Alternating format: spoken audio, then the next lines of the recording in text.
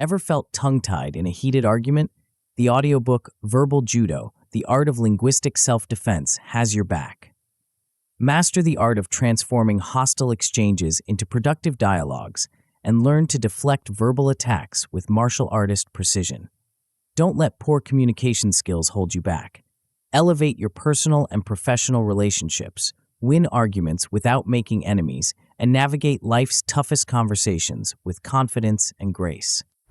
Before we go on, I invite you to download the free bundle, which contains the ebook version of this book and an executive summary of all the chapters with the key takeaways. Studies show that engaging with content through multiple formats significantly enhances learning and retention. Click on the first link in the description to claim your free bundle now and maximize your learning potential. Now it's free, but it won't be for long, so make sure to grab it while you can. Chapter 1: Verbal Combat Basics. In the arena of human interaction, words can be as powerful as fists, and conversations can feel like battles. Welcome to the world of verbal combat, where the art of linguistic self-defense reigns supreme. Just as a skilled martial artist can deflect physical blows with grace and precision, a master of verbal judo can navigate the most challenging conversations with finesse and control. Imagine standing your ground in a heated argument, feeling calm and collected while your opponent's words bounce off you like raindrops on a windshield. Picture yourself transforming a potentially explosive confrontation into a productive dialogue, all through the power of your words and the strength of your composure. This is the essence of verbal judo, and in this chapter, we'll lay the foundation for your journey to mastering this invaluable skill. At its core, verbal judo is about understanding the dynamics of human communication and leveraging that knowledge to your advantage. It's not about winning arguments or dominating conversations. Rather, it's about achieving your objectives while maintaining respect and fostering understanding. Just as physical martial arts teach practitioners to use an opponent's energy against them, verbal judo empowers you to redirect the force of verbal attacks and guide interactions towards positive outcomes. As you embark on this journey, you'll discover that the principles of verbal self-defense mirror those of physical combat in surprising ways. Balance, leverage, and momentum, concepts familiar to any martial artist, play crucial roles in verbal interactions as well. By understanding and applying these principles, you'll develop the ability to stay centered in the face of verbal aggression, use the power of language to your advantage, and maintain control over the direction of your conversations. One of the most critical skills you'll develop is the ability to recognize and understand the psychology behind verbal attacks. Why do people lash out with words? What triggers aggressive communication? By delving into the motivations and insecurities that drive verbal aggression, you'll gain invaluable insight into human behavior. This knowledge will serve as your radar, allowing you to anticipate potential conflicts and respond proactively rather than reactively. As you progress through this book, you'll learn to apply the OODA loop: observe, orient, decide, act to verbal confrontations. This decision-making process, originally developed for combat operations, translates remarkably well to the realm of communication. You'll hone your ability to quickly assess verbal and nonverbal cues, orient yourself to the nuances of each interaction, decide on the most effective response, and act with precision and purpose. But what exactly can you expect to achieve as you begin this journey? First and foremost, you'll gain a solid understanding of the basic principles of verbal self-defense. These foundational concepts will serve as the building blocks for all the advanced techniques you'll learn later. You'll start to recognize the parallels between physical and verbal combat, opening your eyes to a new way of perceiving and engaging in conversations. Perhaps most importantly, you'll develop an awareness of the psychology behind verbal attacks. This insight will prove invaluable in both your personal and professional life, allowing you to navigate difficult interactions with greater ease and understanding. As you continue to practice and refine these skills over time, the benefits will compound. You'll find yourself developing instinctive responses to verbal aggression, reacting with calm assurance where once you might have felt flustered or defensive. Your communication skills will enhance across all aspects of your life, from negotiating business deals to resolving family disputes. Eventually, you'll master the art of handling confrontations effectively, transforming potential conflicts into opportunities for growth and understanding. The journey to verbal mastery involves several key steps, each building upon the last. We'll start by exploring the core principles of balance, leverage, and momentum in the context of conversation. You'll learn how to maintain your emotional equilibrium even in the face of provocation, how to use language to shift the dynamics of an interaction in your favor, and how to harness the natural flow of dialogue to guide conversations towards positive outcomes. Next, we'll delve deep into the OODA loop, adapting this powerful decision-making framework to verbal interactions. You'll discover how to sharpen your observational skills, picking up on subtle cues that others might miss. You'll learn to orient yourself quickly in any conversational context, assessing the emotional landscape and identifying potential pitfalls and opportunities. We'll explore strategies for making split-second decisions about how to respond, and you'll practice executing your chosen tactics with precision and impact. Throughout this process, we'll continually return to the psychology of verbal attacks, building your understanding of why people communicate aggressively and how to diffuse tense situations. This knowledge will serve as the foundation for all your verbal self-defense strategies, allowing you to respond to confrontations with empathy and insight rather than fear or anger. Why have we structured the learning process in this way? The answer lies in the nature of skill acquisition itself. By establishing a solid foundation in the basic principles and psychology of verbal combat, we ensure that you'll be able to apply more advanced techniques effectively later on. Understanding the why behind verbal aggression allows you to anticipate and neutralize attacks more effectively than simply memorizing a set of responses. Moreover, learning these principles before diving into specific strategies ensures that you'll be able to adapt your approach to any situation, rather than relying on a rigid set of tactics that might not fit every context. This flexibility is crucial in the dynamic world of human interaction, where no two conversations are ever exactly alike. As we explore the essence of verbal judo, you'll come to see how it differs from mere argumentation or debate. While those skills have their place, verbal judo is about something more profound. It's about maintaining your composure, achieving your objectives, and fostering understanding, all while navigating the complex currents of human emotion and motivation. The parallels between physical and verbal defense run deep. Just as a martial artist learns to read an opponent's body language and anticipate their moves, you'll develop the ability to pick up on subtle verbal and nonverbal cues that telegraph a person's intentions and emotional state. You'll learn to deflect verbal attacks by redirecting the conversation, to absorb negative energy by remaining calm and centered, and to counter aggressive tactics with assertive yet respectful communication. Understanding why people engage in verbal aggression is crucial to developing effective defense strategies. Often, verbal attacks stem from deep-seated insecurities, fears, or unmet needs. By recognizing these underlying motivations, you can respond with empathy and insight, potentially diffusing conflicts before they escalate. Common triggers for verbal aggression include feeling threatened, disrespected, or powerless. By learning to identify these triggers, you'll be better equipped to navigate potentially volatile situations. You'll discover how to address the root causes of aggression rather than merely reacting to its surface manifestations.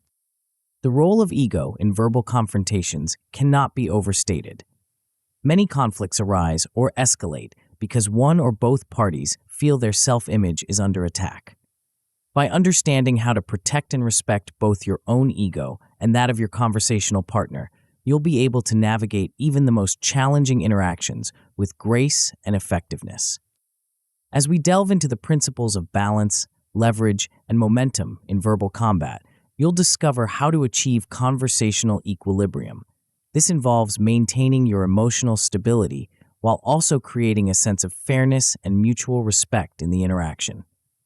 You'll learn techniques for staying grounded in the face of provocation, allowing you to respond thoughtfully rather than react impulsively. Leveraging language for advantage is a key skill in verbal judo. This doesn't mean manipulating or deceiving others, but rather using words strategically to shift the dynamics of a conversation in a positive direction.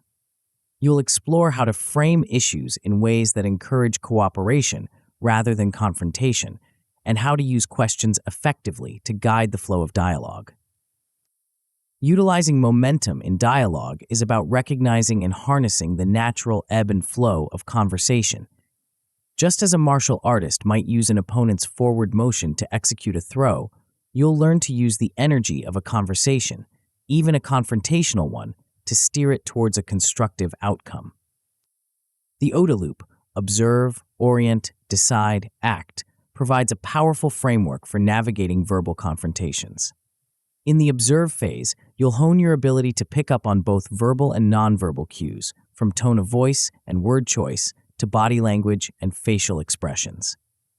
This heightened awareness will allow you to gather crucial information about the emotional state and intentions of your conversational partner. Orienting yourself in a verbal confrontation involves quickly assessing the situation based on the information you've gathered. You'll learn to consider context, relationship dynamics, and potential outcomes as you formulate your response. This rapid orientation allows you to stay ahead of the conversational curve, anticipating potential pitfalls and identifying opportunities for de-escalation or resolution. The decision phase of the OUDA loop is where you choose your verbal strategy. Drawing on your understanding of verbal judo principles and your assessment of the situation, you'll select the most appropriate response. This might involve deflecting an attack, acknowledging emotions, asking a clarifying question, or any number of other tactics we'll explore throughout this book. Finally, the act phase is where you execute your chosen strategy. This is where practice becomes crucial. The more you rehearse and internalize these techniques, the more natural and effective your responses will become. Over time, you'll develop the ability to move through the OUDA loop with increasing speed and precision, allowing you to navigate even the most challenging verbal encounters with skill and confidence. As we conclude this introductory chapter, remember that mastering verbal judo is a journey, not a destination. Each interaction presents a new opportunity to apply these principles and refine your skills. In the chapters that follow, we'll dive deeper into specific techniques and strategies, building on the foundation we've established here. The path ahead promises not just improved communication skills, but a profound shift in how you perceive and engage with the world around you. As you continue to hone your verbal self-defense abilities, you'll find yourself approaching conversations with a new sense of calm and purpose. The techniques you'll learn in the coming chapters will equip you to handle an array of challenging situations, from diffusing heated arguments to navigating complex negotiations. Before we continue, make sure to subscribe to Grow to the Top and activate notifications to receive more self-improvement tips that will supercharge your growth. And make sure to give this video a thumbs up and share it with your friends. It really helps the channel grow. Thank you for your support. Chapter 2, Reading the Opponent. In the intricate dance of verbal combat, the ability to read your opponent is akin to having a secret weapon. Imagine entering every conversation with a heightened sense of awareness, able to detect the subtlest shifts in tone, the slightest changes in body language, and the hidden meanings behind seemingly innocuous words. This chapter will unlock the mysteries of human communication, teaching you to become a master observer and interpreter of verbal and nonverbal cues. But why is this skill so crucial? The answer lies in the nature of human interaction itself. Every conversation, whether casual or confrontational, is laden with layers of meaning. By learning to peel back these layers, you gain a significant advantage in any verbal exchange. It's not about mind reading or manipulation. Rather, it's about developing a deep understanding of human behavior and communication patterns. Think of it as developing a sixth sense for communication. Just as a skilled poker player can read their opponent's tells, you'll learn to pick up on the subtle indicators that reveal a person's true intentions, emotions, and potential actions. This skill set is invaluable in both personal and professional settings, allowing you to navigate complex social situations with confidence and finesse. One of the primary benefits of honing this skill is the ability to anticipate potential verbal attacks. By recognizing the early warning signs of aggression or manipulation, you can prepare yourself mentally and emotionally, choosing the most effective response strategy before the situation escalates. This proactive approach puts you in control of the conversation rather than leaving you scrambling to react to unexpected verbal assaults. Moreover, understanding your opponent helps you tailor your communication strategy to be most effective. Different people respond to different approaches, and by reading your conversational partner accurately, you can choose the tactics most likely to lead to a positive outcome. This adaptability is key to successful communication in diverse settings. Perhaps most importantly, developing this skill dramatically reduces the risk of being caught off guard in verbal exchanges. We've all experienced those moments when a conversation suddenly takes an unexpected turn, leaving us feeling blindsided and struggling to regain our footing. By sharpening your ability to read others, you'll find these surprises becoming increasingly rare. Now, let's delve into the various strategies people use in verbal attacks. Understanding these tactics is crucial because they form the foundation of many confrontational interactions. One of the most straightforward approaches is direct aggression. This might manifest as raised voices, confrontational language, or even personal insults. While it's often easy to recognize, direct aggression can still be challenging to handle in the moment. On the other end of the spectrum, we have passive-aggressive comments. These can be particularly tricky to navigate because they're often disguised as innocent remarks or even compliments. The key to identifying passive-aggressive behavior lies in recognizing the disconnect between the words being said and the underlying message being conveyed. Sarcasm and mockery represent another common form of verbal attack. These tactics can be especially hurtful because they often target a person's insecurities or vulnerabilities. Learning to recognize sarcasm, even when it's delivered with a smile, is an essential skill in verbal self-defense. Deflection and diversion tactics are subtler forms of verbal manipulation. These strategies involve shifting the focus of the conversation away from the main issue, often by introducing irrelevant topics or redirecting blame. Recognizing when someone is attempting to derail a discussion can help you maintain focus and control in challenging conversations. As we peel back the layers of verbal communication, we uncover a realm of hidden manipulation techniques that can be even more insidious than overt aggression. These strategies often play on our emotions and psychological vulnerabilities, making them particularly effective when employed skillfully. One such technique is the guilt trip. This involves making someone feel responsible or culpable for a situation, even when it's not their fault. Guilt trips can be powerful motivators, but they often lead to resentment and damaged relationships in the long run. Gaslighting is another manipulative tactic that has gained recognition in recent years. This involves making someone question their own perceptions, memories, or sanity. It's a particularly insidious form of manipulation because it erodes the victim's confidence and self-trust over time. Emotional blackmail is yet another hidden manipulation technique. This involves using fear, obligation, or guilt to coerce someone into a certain behavior or decision. Recognizing the signs of emotional blackmail can help you maintain your autonomy and make decisions based on your own values and judgments rather than succumbing to manipulation. While words carry immense power, it's often what's left unsaid that speaks the loudest. Body language and tone of voice can convey a wealth of information about a person's true feelings and intentions. Learning to interpret these nonverbal cues is like gaining access to a secret language that most people speak unconsciously. Facial expressions are perhaps the most immediate and revealing form of nonverbal communication. A fleeting micro-expression can betray a person's true feelings, even if their words say otherwise. Eye contact, too, can tell us much about a person's level of engagement, honesty, and comfort in a conversation. Gestures and posture provide another rich source of information. The way a person holds themselves, the movements of their hands, and their overall body positioning can indicate their emotional state and their attitude towards the conversation and the people involved. Vocal tone and pace are equally important aspects of nonverbal communication. The pitch, volume, and speed of speech can convey a range of emotions and intentions that may not be apparent from the words alone. Learning to listen not just to what is said, but how it's said, can provide valuable insights into a person's true meaning and emotional state. Recognizing the early warning signs of escalation is a crucial skill in verbal self-defense. By identifying rising tension before it reaches a boiling point, you can take proactive steps to de-escalate the situation and maintain control of the conversation.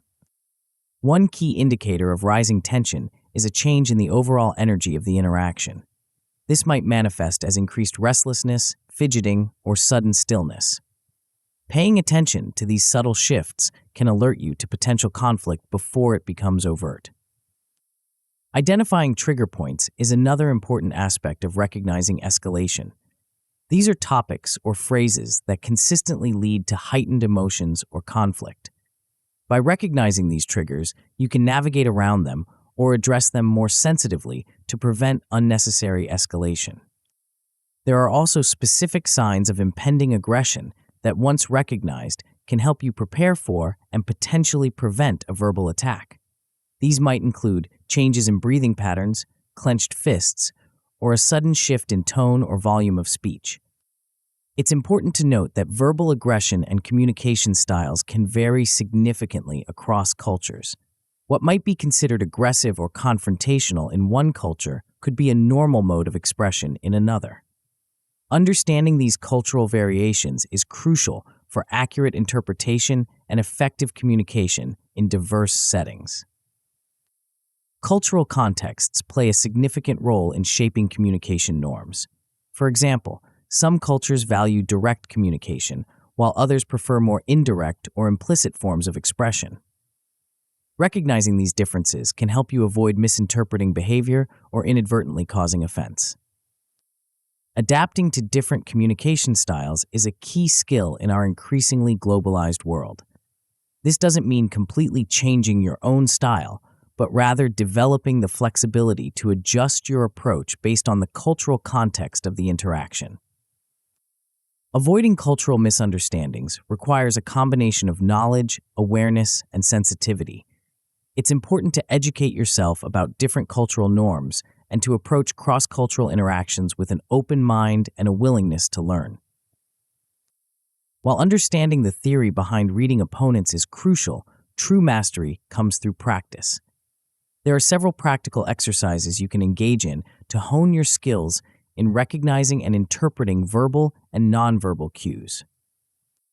One effective exercise involves observing conversations in public spaces or in media and analyzing them for attack patterns and communication styles.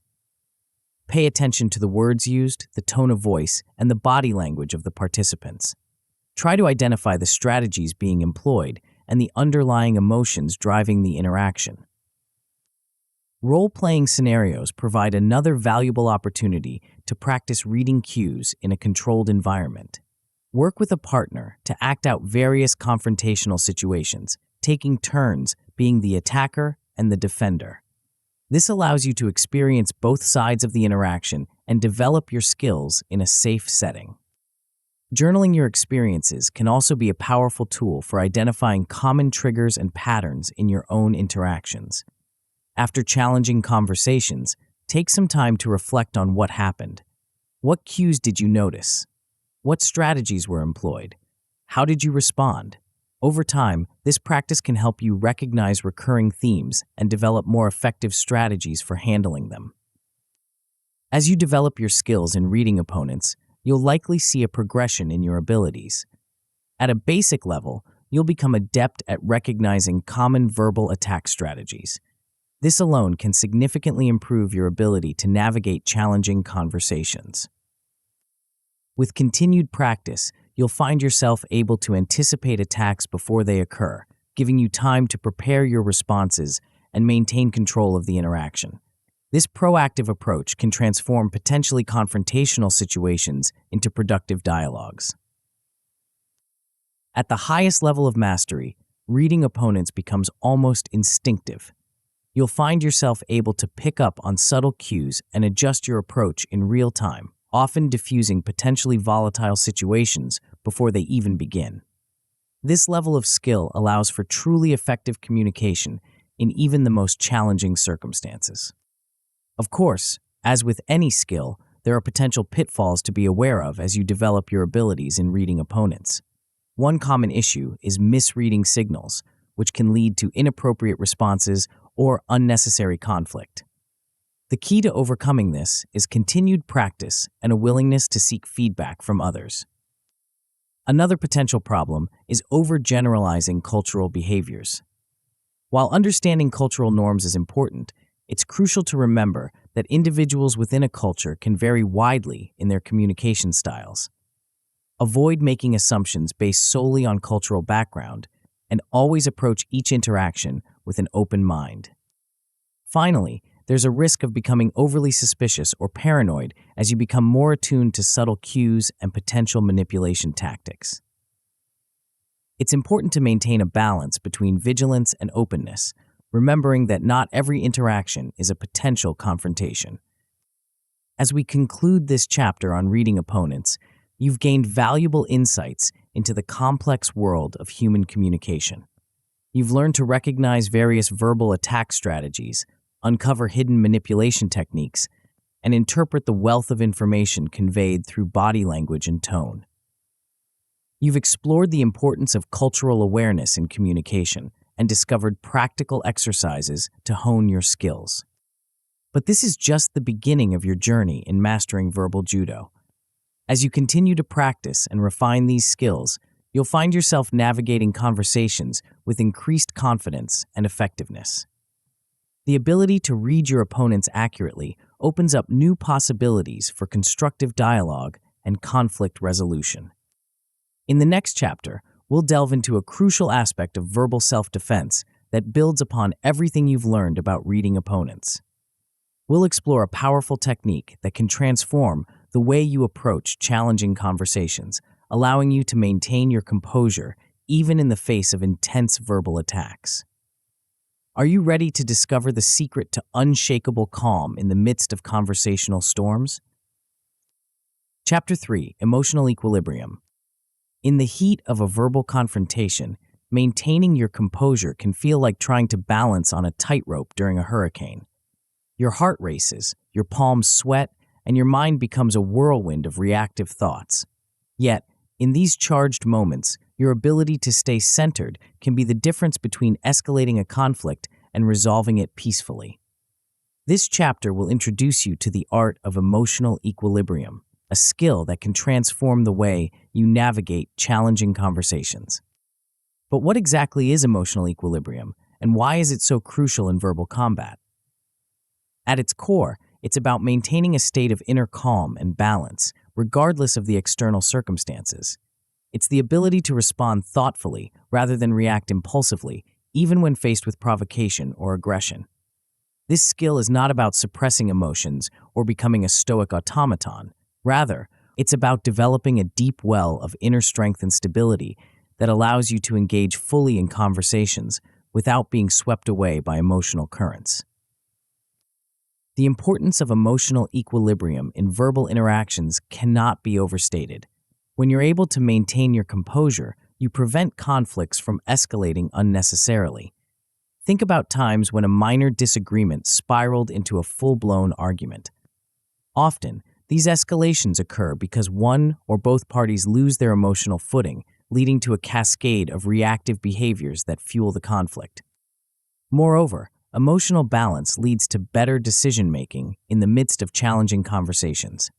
When you're not clouded by intense emotions, you're able to think more clearly, consider multiple perspectives, and choose the most effective response.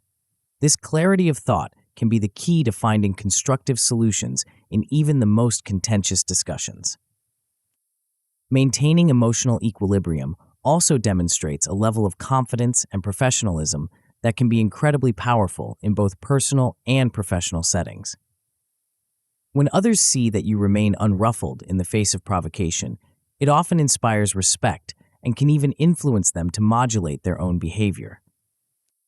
To truly appreciate the importance of emotional control, we need to understand the profound impact that emotions have on our communication. Our emotional state colors every aspect of our interactions, from the words we choose to our tone of voice and body language. When we're in the grip of strong emotions, particularly negative ones like anger or fear, our ability to communicate effectively is severely compromised. Strong emotions can lead us to say things we don't mean, misinterpret others' intentions, and react in ways that damage relationships.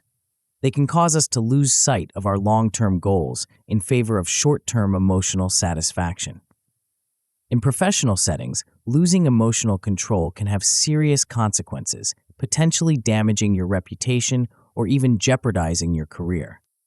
On the flip side, when we maintain emotional equilibrium, we're able to communicate with clarity, empathy, and purpose. We can listen more effectively, express ourselves more articulately, and navigate complex interpersonal dynamics with grace and skill.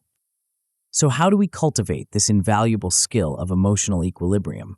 There are several powerful techniques that can help you maintain your composure, even in the face of intense provocation. One of the most fundamental is the practice of mindful breathing. This simple yet profound technique involves focusing your attention on your breath, using it as an anchor to keep you grounded in the present moment. When you find yourself in a heated conversation, taking a few deep, conscious breaths can work wonders. It helps to slow your heart rate, reduce muscle tension, and bring a sense of calm to your mind. With practice, you can learn to use your breath as a tool to quickly regain your center in challenging situations. Another powerful technique is mindfulness and present moment awareness. This involves cultivating a non-judgmental awareness of your thoughts, emotions, and physical sensations as they arise. By observing your internal experiences without getting caught up in them, you create a space between stimulus and response. This space allows you to choose your reactions more consciously rather than being driven by automatic emotional responses. Cognitive reframing is another valuable tool in maintaining emotional equilibrium. This involves consciously changing the way you interpret situations. For example, instead of seeing a verbal attack as a personal affront, you might reframe it as an expression of the other person's pain or insecurity.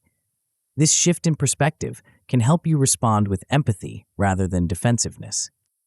One of the most powerful strategies for maintaining emotional equilibrium is creating psychological distance. This doesn't mean becoming emotionally detached or uncaring. Rather, it's about developing the ability to step back mentally and observe the situation more objectively. Imagine you're watching a movie of the interaction rather than being caught up in it. This mental shift can help you detach from your immediate emotional responses and view the situation more dispassionately. From this vantage point, you're better able to see the bigger picture, understand the dynamics at play, and choose the most effective response. Part of creating psychological distance involves avoiding the personalization of attacks. When someone lashes out verbally, it's easy to take it personally and feel hurt or offended. However, by recognizing that the other person's behavior is more about them than it is about you, you can maintain your emotional balance more easily. Another powerful tool in maintaining emotional equilibrium is the strategic use of silence. In our culture, we often feel compelled to fill every moment of conversation with words. However, learning to embrace moments of silence can be incredibly powerful in verbal interactions. The simple act of pausing before responding can have a profound effect on the dynamics of a conversation. It gives you time to process what's been said, regulate your emotions, and choose your words carefully. It also sends a powerful nonverbal message of control and thoughtfulness. Silence can also create space for reflection, both for you and for the other person. In heated exchanges, a moment of silence can allow tensions to dissipate and give both parties a chance to reconsider their positions. It's often in these quiet moments that new insights and solutions can emerge. Moreover, strategic silence can be a powerful de-escalation tool. When faced with verbal aggression, our instinct is often to respond in kind. However, by choosing not to engage immediately, you can often diffuse the situation more effectively than any words could. While we've focused primarily on internal strategies for maintaining emotional equilibrium, it's important not to overlook the role of body language. Your physical posture and expressions can have a significant impact on both your own emotional state and how others perceive and respond to you. Adopting an open and non-threatening posture can help you feel more calm and centered. Stand or sit with your feet firmly planted on the ground, your shoulders relaxed, and your chest open. This posture not only helps you feel more grounded, but also communicates confidence and openness to others. Managing your facial expressions is another crucial aspect of maintaining emotional equilibrium. Our faces often betray our inner emotional state, even when we're trying to hide it. By consciously relaxing your facial muscles and maintaining a neutral or slightly positive expression, you can help keep your emotions in check and avoid escalating tensions. It's also important to ensure that your body language aligns with your verbal messages. Incongruence between what you're saying and how you're saying it can undermine your credibility and effectiveness. By aligning your words, tone, and body language, you create a powerful, congruent message that enhances your ability to maintain emotional equilibrium and influence the course of the conversation. Like any skill, maintaining emotional equilibrium requires practice. There are several exercises you can incorporate into your daily routine to strengthen your ability to stay centered in challenging situations. One simple yet effective practice is to set aside time each day for deep breathing exercises. Even just 5 minutes of focused breathing can help train your mind to return to a state of calm more easily when you're under stress. Regular mindfulness meditation sessions can also be incredibly beneficial. These don't have to be long or formal. Even short periods of mindful awareness throughout your day can help build your capacity for emotional regulation. Role-playing exercises can be particularly helpful in practicing strategic silence and other emotional equilibrium techniques. Work with a partner to simulate challenging conversations, focusing on maintaining your composure and using silence effectively.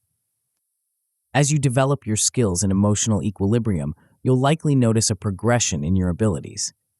At a basic level, you'll find yourself able to maintain composure in mild confrontations.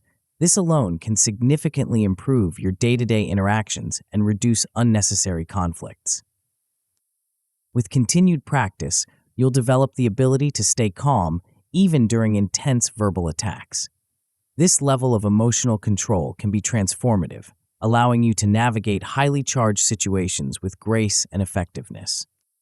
At the highest level of mastery, you'll not only maintain your own emotional equilibrium, but also be able to influence others to de-escalate through your calm presence.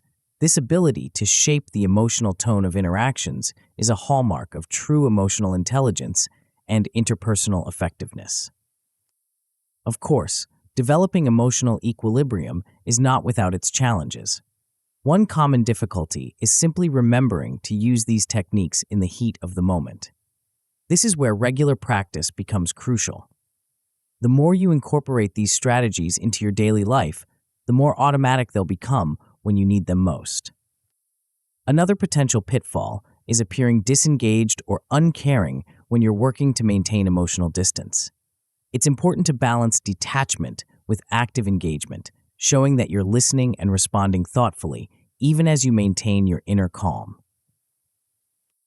Misusing silence is another common issue. While strategic silence can be powerful, prolonged or poorly timed silences can be interpreted as hostility or disinterest.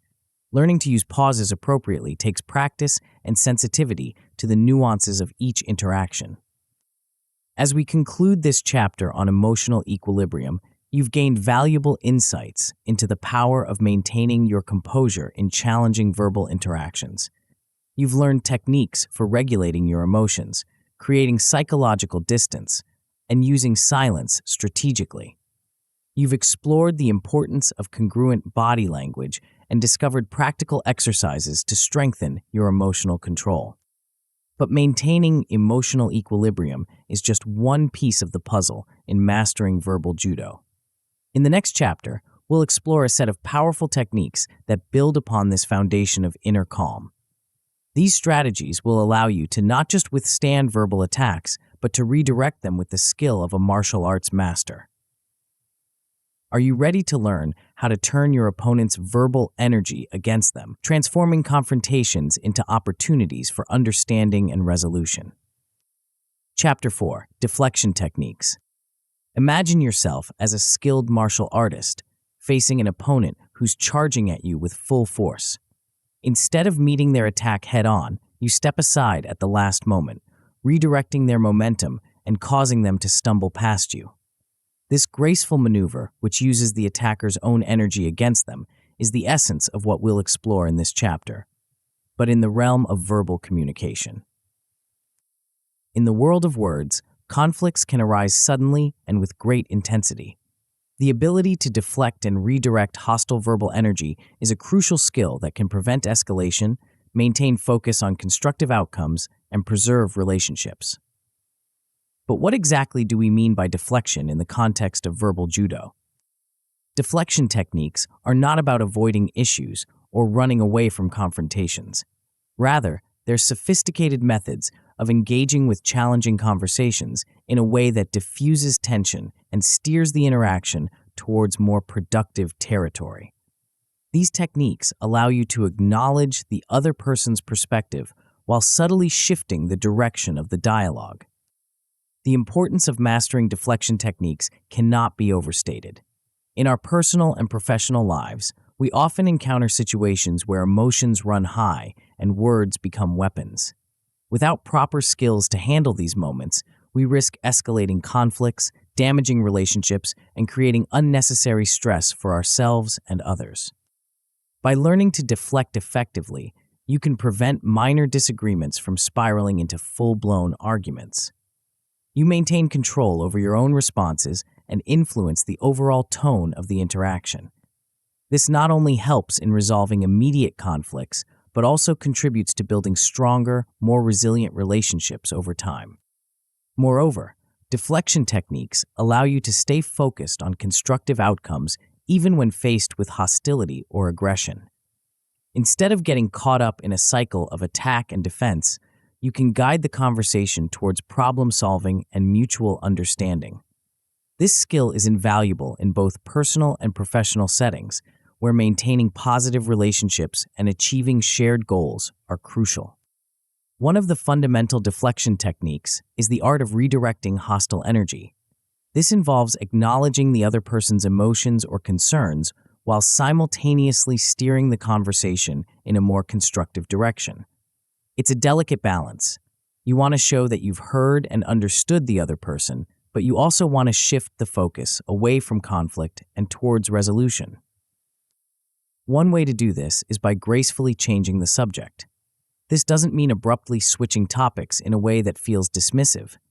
Instead, it involves finding a natural segue that acknowledges the current topic while introducing a new, more productive angle. For example, if someone is complaining about a problem, you might say, "I understand this issue is frustrating. What ideas do you have for how we could improve the situation?" Another powerful redirection technique is shifting the focus to solutions. Often, when people express frustration or anger, they're focused on the problem at hand. By gently guiding the conversation towards potential solutions, you can change the energy of the interaction from negative to positive. This not only helps to diffuse tension, but also moves the discussion in a more constructive direction. A crucial skill in redirecting hostile energy is the ability to acknowledge without agreeing. This involves showing that you've heard and understood the other person's perspective without necessarily endorsing it. Phrases like, "I can see why you might feel that way," or "I understand this is important to you," can go a long way in making the other person feel heard, even if you don't agree with their position. One of the most powerful deflection techniques in verbal judo is what we call the agreement frame. This method involves finding common ground with your conversational partner, even in the midst of disagreement. It's based on the principle that people are more likely to listen and be open to your ideas if they feel you're on the same side. The agreement frame starts with identifying aspects of the other person's statement or position that you can genuinely agree with. This doesn't mean compromising your own views or being insincere. Rather, it's about finding the kernel of truth or the underlying concern in what they're saying and acknowledging it. Once you've found this point of agreement, the next step is to phrase your own statements positively. Instead of saying, "You're wrong about X," you might say, "I agree that X is important, and I think we could also consider Y." This approach keeps the conversation constructive and reduces the likelihood of the other person becoming defensive. The final aspect of the agreement frame involves temporarily aligning your goals with those of your conversational partner. This doesn't mean abandoning your own objectives, but rather finding a way to frame them that aligns with what the other person wants. For example, if you're discussing a project timeline, you might say, "I agree that we both want this project to succeed. To ensure its success, I think we should consider adjusting the timeline." Another powerful deflection technique involves exposing logical fallacies in a non-confrontational way. Many heated arguments are built on flawed reasoning, and gently pointing out these inconsistencies can help to diffuse tension and encourage more rational discussion. The key here is to identify flawed arguments without attacking the person making them. Instead of saying, "Your argument doesn't make sense," you might ask, "How does that conclusion follow from what you said earlier?" This approach invites the other person to examine their own reasoning without feeling defensive. Questioning inconsistencies is another aspect of this technique. If you notice that someone's current statement contradicts something they said earlier, you can point this out gently. For example, "I'm a bit confused. Earlier you mentioned X, but now you're saying Y. Can you help me understand how these ideas fit together?" The goal of exposing logical fallacies isn't to prove the other person wrong, but to encourage more rational thinking. By asking thoughtful questions and pointing out inconsistencies in a respectful way, you can guide the conversation towards a more logical and productive exchange of ideas. Precision questioning is another powerful deflection technique that can help to redirect conversations and encourage deeper thinking. This involves asking carefully crafted questions that clarify meaning, expose assumptions, and guide the discussion in a more constructive direction. One aspect of precision questioning is asking clarifying questions. These are questions that help you understand exactly what the other person means. For example, if someone makes a broad statement like, "This always happens," you might ask, "Can you give me a specific example of when this happened?" This not only helps you understand their perspective better, but also often leads them to reflect more deeply on their own statements. Leading with open-ended inquiries is another effective strategy. Instead of asking yes-no questions, which can sometimes feel confrontational, open-ended questions invite the other person to express their thoughts more fully. For example, instead of asking, "Don't you think we should do X?" you might ask, "What are your thoughts on how we should approach this?" The Socratic method, named after the ancient Greek philosopher Socrates, is a form of cooperative argumentative dialogue that can be particularly effective in deflecting and redirecting conversations. This method involves asking a series of questions that guide the other person to examine their own beliefs and assumptions. While it requires practice to master, the Socratic method can be a powerful tool for encouraging critical thinking and finding common ground. Authority positioning is a subtler form of deflection that involves establishing your credibility and setting clear boundaries in conversations. This doesn't mean dominating the conversation or asserting superiority.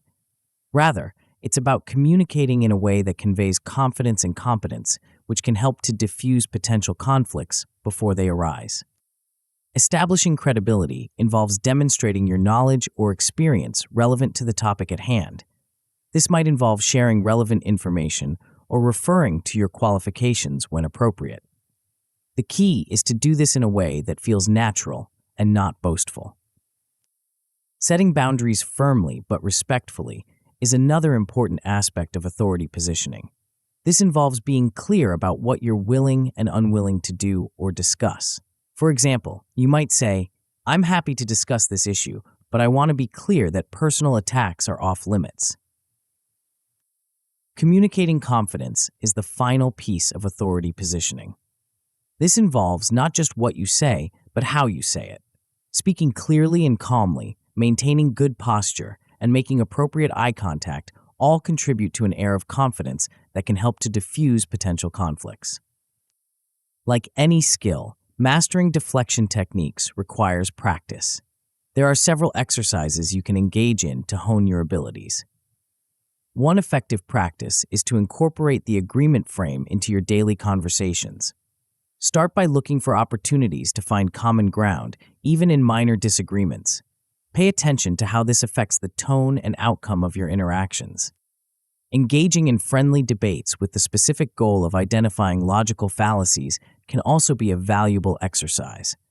This can help you become more adept at recognizing flawed reasoning in real-time conversations. Role-playing deflection scenarios with a partner can provide a safe environment to practice these techniques. Take turns playing the role of the aggressor and the deflector, and experiment with different approaches to redirecting hostile energy. As you develop your deflection skills, you'll likely see a progression in your abilities.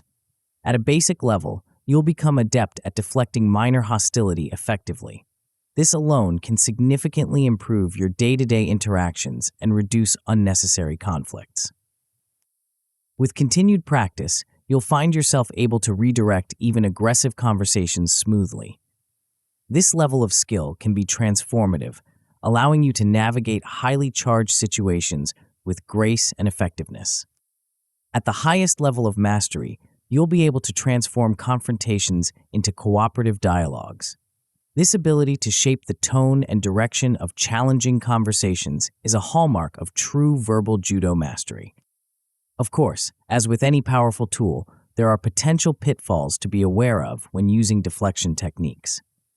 One common issue is misapplying the techniques, which can lead to misunderstandings or even escalate conflicts. The key to avoiding this is careful study and consistent practice of the methods. Another potential problem is appearing condescending when using these techniques. It's crucial to approach every interaction with genuine empathy and to use respectful language. Remember, the goal is not to outsmart or manipulate the other person, but to guide the conversation towards a more constructive outcome. Finally, there's a risk of overusing deflection techniques. While these methods are powerful, there are times when direct communication is more appropriate. Learning to balance deflection with straightforward dialogue is an important aspect of mastering verbal judo. As we conclude this chapter on deflection techniques, you've gained valuable insights into the art of redirecting hostile verbal energy. You've learned about the agreement frame, the power of exposing logical fallacies, the art of precision questioning, and the importance of authority positioning. You've explored practical exercises to hone these skills and considered the potential outcomes and pitfalls of using these techniques. But deflection is just one aspect of verbal judo. In the next chapter, we'll delve into a skill that can transform your ability to navigate even the most challenging conversations. This technique, when mastered, can give you unprecedented insight into the motivations and needs of others, allowing you to find common ground in even the most contentious situations. Are you ready to unlock the secret to truly understanding your verbal opponents? Chapter 5: Active Listening Skills. In the intricate dance of verbal judo, there's a secret weapon so powerful that it can disarm even the most formidable opponent. This tool doesn't require quick reflexes or a sharp tongue. In fact, it demands quite the opposite. It requires stillness, patience, and a willingness to temporarily set aside your own thoughts and opinions. This chapter will introduce you to the art of active listening, a skill that can transform your interactions and give you an unparalleled advantage in any verbal exchange. But what exactly is active listening, and why is it so crucial in the realm of verbal self-defense? At its core, active listening is about fully engaging with the speaker, not just hearing their words, but truly understanding their message, including the emotions and intentions behind it. It's a deliberate approach to communication that involves giving your full attention to the speaker, processing what they're saying, and responding in a way that demonstrates your understanding and encourages further dialogue. The importance of active listening in verbal judo cannot be overstated. When you listen actively, you build trust and rapport with your conversational partner. This trust forms the foundation for productive dialogue, even in challenging or confrontational situations. By making the other person feel truly heard and understood, you create an environment where defenses lower and genuine communication can occur. Moreover, active listening is a powerful tool for de-escalating tensions. In heated exchanges, people often become increasingly agitated when they feel they're not being heard or understood. By demonstrating that you're genuinely listening and attempting to understand their perspective, you can often diffuse anger and hostility, paving the way for more constructive interaction. Perhaps most importantly, active listening leads to better understanding and more effective solutions. When you truly listen, you gain insights into the other person's thoughts, feelings, and motivations that might not be immediately apparent from their words alone. This deeper understanding allows you to address the root causes of conflicts and find solutions that truly meet everyone's needs. The role of listening in de-escalation is particularly crucial in verbal self-defense. When tensions are high, the simple act of listening can have a profound calming effect. By giving the other person space to express themselves fully, without interruption or judgment, you often find that their anger or hostility naturally dissipates. Making others feel heard is a key component of this de-escalation process. When people feel that their perspective is being genuinely considered, they're more likely to be open to hearing your point of view in return. This doesn't mean you have to agree with everything they say, but simply demonstrating that you're making a sincere effort to understand can go a long way in reducing tensions. Active listening also plays a crucial role in reducing defensive postures. When people feel attacked or misunderstood, they often become defensive, which can escalate conflicts and make resolution more difficult. By listening actively and empathetically, you create an atmosphere of safety and understanding that allows people to lower their defenses and engage more openly in the conversation. So how do we put active listening into practice? There are several key techniques that can help you become a more effective listener. One of the most powerful is reflective listening.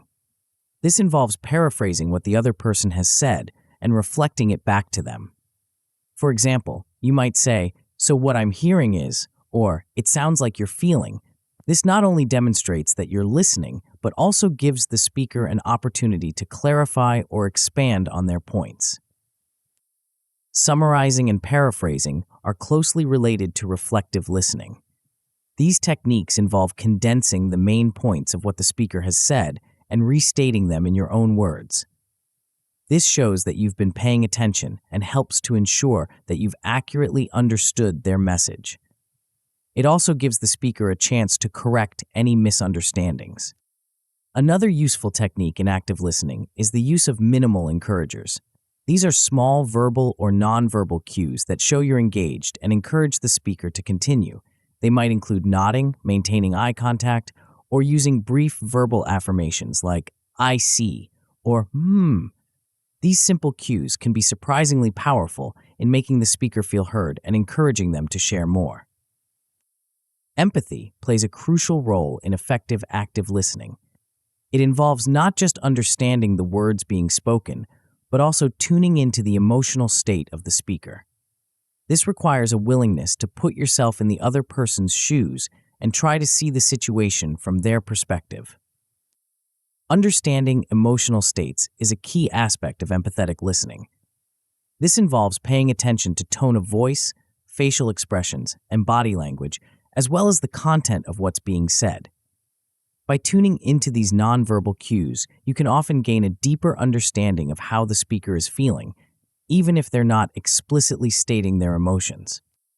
Expressing genuine concern is another important aspect of empathetic listening. This doesn't mean you have to agree with everything the speaker is saying, but it does involve showing that you care about their feelings and perspective. Simple phrases like, "I can see this is really important to you," or "that must have been difficult," can go a long way in demonstrating empathy. One of the challenges in empathetic listening is avoiding judgment. It's natural to form opinions about what we're hearing, but passing judgment can shut down communication and make the speaker feel defensive. Instead, try to approach the conversation with an open mind, focusing on understanding rather than evaluating. A crucial skill in active listening is the ability to read between the lines. Often, what people say on the surface doesn't fully capture the underlying issues or needs driving their communication. By developing your ability to identify these deeper concerns, you can address the root causes of conflicts and find more effective solutions. Identifying underlying issues involves looking beyond the immediate topic of conversation to understand the broader context. For example, a complaint about a specific incident might actually be indicative of a larger pattern of behavior or a more fundamental problem in a relationship or system. Recognizing unspoken needs is another important aspect of reading between the lines.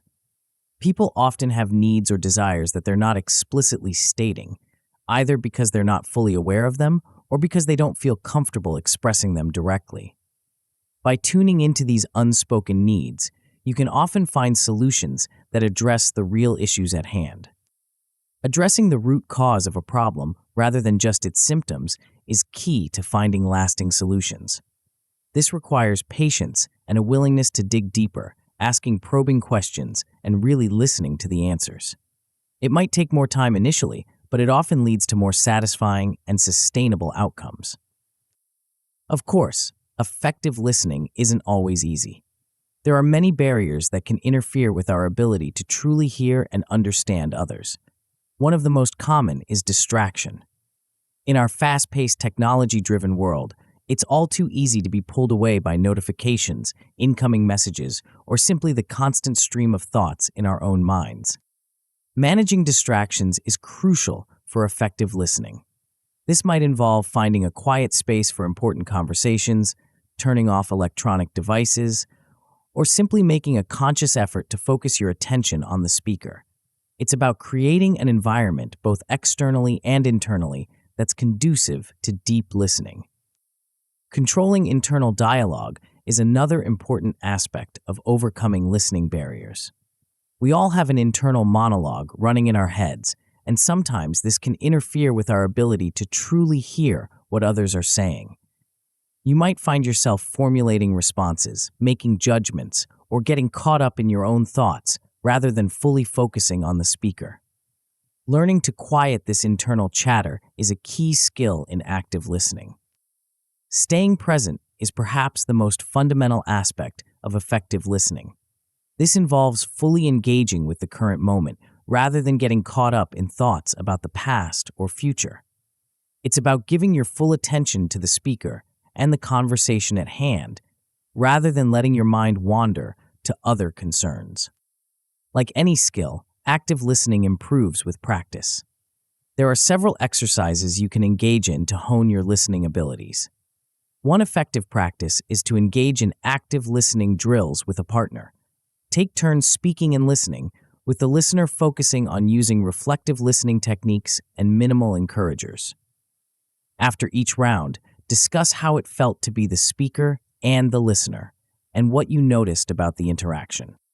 Recording and reviewing conversations can also be a valuable exercise. With permission, record a conversation you're having and then listen back to it later.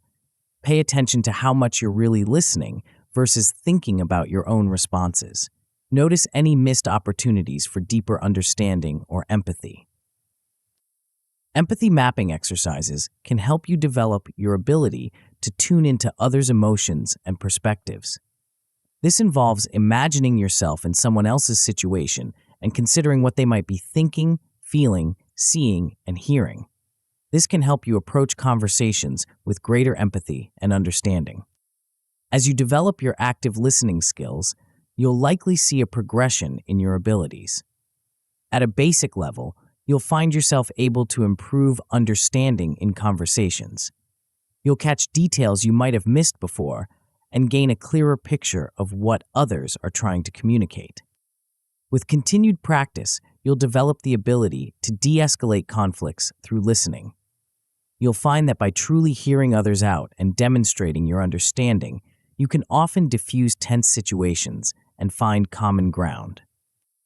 At the highest level of mastery, active listening becomes a tool for building strong relationships based on trust and mutual understanding. You'll find that people are more open with you, more willing to consider your perspective, and more committed to finding mutually beneficial solutions. Of course, developing active listening skills is not without its challenges. One common issue is the tendency to interrupt the speaker. This often comes from a place of enthusiasm or a desire to show that you understand, but it can be disruptive to the flow of conversation and make the speaker feel unheard. The key to overcoming this is to practice patience and self-control, reminding yourself that your turn to speak will come. Another potential pitfall is misinterpreting messages. Even with the best intentions, it's possible to misunderstand what someone is trying to communicate. The solution here is to seek clarification when you're unsure. Don't be afraid to ask questions or to check your understanding by paraphrasing what you've heard. Finally, there's a risk of becoming emotionally over-invested in the conversations you're having. While empathy is crucial, it's also important to maintain professional boundaries and not take on others' emotions as your own. Learning to balance empathy with emotional self-regulation is an important skill in effective listening. As we conclude this chapter on active listening skills, you've gained valuable insights into the power of truly hearing and understanding others. You've learned techniques for reflective listening, empathy, and reading between the lines. You've explored the role of listening in de-escalation and discovered practical exercises to hone your skills. But active listening is just one piece of the puzzle in mastering verbal judo. In the next chapter, we'll explore a set of powerful techniques that build upon this foundation of deep understanding. These strategies will allow you to not just comprehend your conversational partners, but to guide the interaction with precision and purpose. Are you ready to discover the art of strategic communication, where every word becomes a carefully chosen step in the dance of dialogue? Chapter 6, Strategic Communication. In the intricate dance of verbal judo, there's a level of mastery that goes beyond mere defense or reaction. It's a realm where every word becomes a carefully chosen step, every phrase a deliberate move designed to guide the conversation in a specific direction.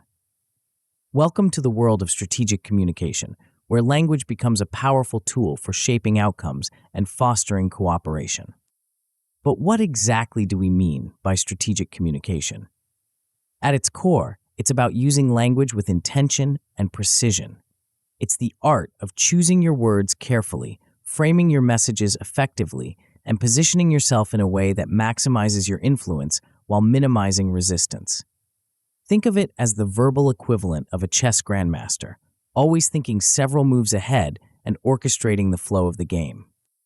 The importance of mastering strategic communication cannot be overstated.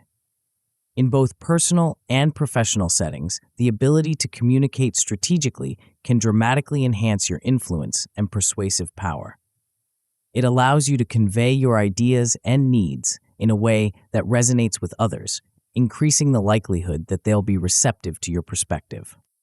Moreover, strategic communication is a powerful tool for preventing misunderstandings. By choosing your words carefully and framing your messages clearly, you can reduce the risk of your intentions being misinterpreted or your words being taken out of context. This clarity can save countless hours of conflict resolution and relationship repair. Perhaps most importantly, strategic communication facilitates collaborative outcomes. By using language that promotes cooperation and mutual understanding, you can create an environment where all parties feel valued and heard. This approach often leads to solutions that benefit everyone involved, rather than creating winners and losers. At the heart of strategic communication lies assertive communication techniques. These are methods of expressing yourself that are direct and clear while still being respectful of others. Assertive communication strikes a balance between passive communication, where your own needs are neglected, and aggressive communication, where the needs of others are disregarded. One key aspect of assertive communication is expressing your needs clearly. This involves being specific about what you want or need, without beating around the bush or hoping others will guess. It's about stating your requirements or preferences directly, but in a way that doesn't come across as demanding or confrontational. A powerful tool in assertive communication is the use of I statements. Instead of making accusations or generalizations, I statements focus on expressing your own feelings, thoughts, and needs. For example, instead of saying, "You never listen to me," an assertive communicator might say, "I feel frustrated when I don't feel heard." This approach reduces defensiveness in the listener and opens the door for more constructive dialogue. Balancing respect and firmness is another crucial aspect of assertive communication. It's about standing your ground and advocating for your needs, while still showing respect for the other person's perspective. This balance creates an atmosphere of mutual respect where both parties feel valued and heard. The language patterns we use can have a profound impact on how our messages are received. Strategic communicators understand this and deliberately choose patterns that influence the direction and tone of the conversation. One such pattern is positive framing. This involves presenting information in a way that focuses on opportunities and solutions rather than problems and obstacles. For example, instead of saying, "Don't be late," a strategic communicator might say, "Let's aim to arrive on time." This subtle shift in language creates a more positive and motivating message without changing the core content. Positive framing can help to create a more optimistic and cooperative atmosphere in conversations. Another powerful linguistic tool is the use of power words and phrases. These are words and expressions that carry strong emotional or psychological impact. They can include words that evoke trust, like guarantee or proven, or words that create a sense of urgency, like limited or exclusive. The strategic use of these words can significantly enhance the persuasive power of your communication. Just as important as knowing which words to use is understanding which words to avoid. Certain words or phrases can act as triggers, causing the listener to become defensive or shut down. These might include absolutes like always or never, or accusatory phrases like "you should" or "you need to." By being mindful of these potential trigger words and finding alternative ways to express the same ideas, you can keep conversations more open and productive. Authority positioning is another crucial aspect of strategic communication. This doesn't mean dominating conversations or asserting superiority. Rather, it's about establishing yourself as a credible and trustworthy voice in the dialogue. One way to do this is by demonstrating expertise. This might involve sharing relevant knowledge or experience, or referencing credible sources to support your points. Establishing leadership in conversation is another aspect of authority positioning. This involves taking initiative in guiding the direction of the dialogue, proposing solutions, and helping to structure the discussion. It's about being proactive rather than reactive in your communication. Guiding the dialogue direction is a subtle but powerful skill. It involves using questions, suggestions, and carefully chosen topics to steer the conversation towards productive areas. This doesn't mean manipulating or controlling the other person, but rather skillfully navigating the conversation towards mutually beneficial outcomes. While the words we choose are crucial in strategic communication, it's equally important to ensure that our nonverbal cues align with our verbal messages. This alignment creates congruence, which enhances our credibility and the overall impact of our communication. Ensuring consistency between words and actions is a key aspect of this alignment. If your body language or tone of voice contradicts your words, people are more likely to trust the nonverbal cues. For example, if you say you're open to ideas while crossing your arms and frowning, your nonverbal message will likely override your verbal one. Enhancing messages with gestures can significantly increase the impact of your communication. Strategic use of hand movements, facial expressions, and body positioning can reinforce your verbal messages and make them more memorable and persuasive. Eye contact and engagement are also crucial elements of nonverbal communication. Maintaining appropriate eye contact signals attentiveness and sincerity, while engaged body language, like leaning slightly forward, demonstrates interest and involvement in the conversation. A key goal of strategic communication is to promote cooperation and respect. This involves creating an atmosphere where all parties feel valued and motivated to work together towards common goals. Building rapport quickly is an important skill in this regard. This might involve finding common ground, showing genuine interest in the other person's perspective, or using appropriate humor to create a positive connection. Encouraging collaborative language is another way to promote cooperation.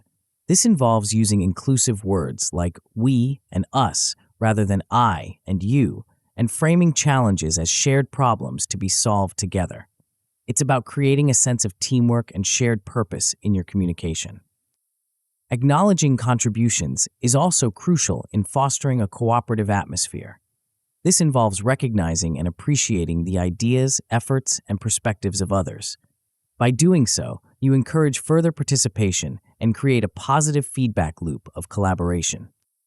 Like any skill, mastering strategic communication requires practice. There are several exercises you can engage in to hone your abilities.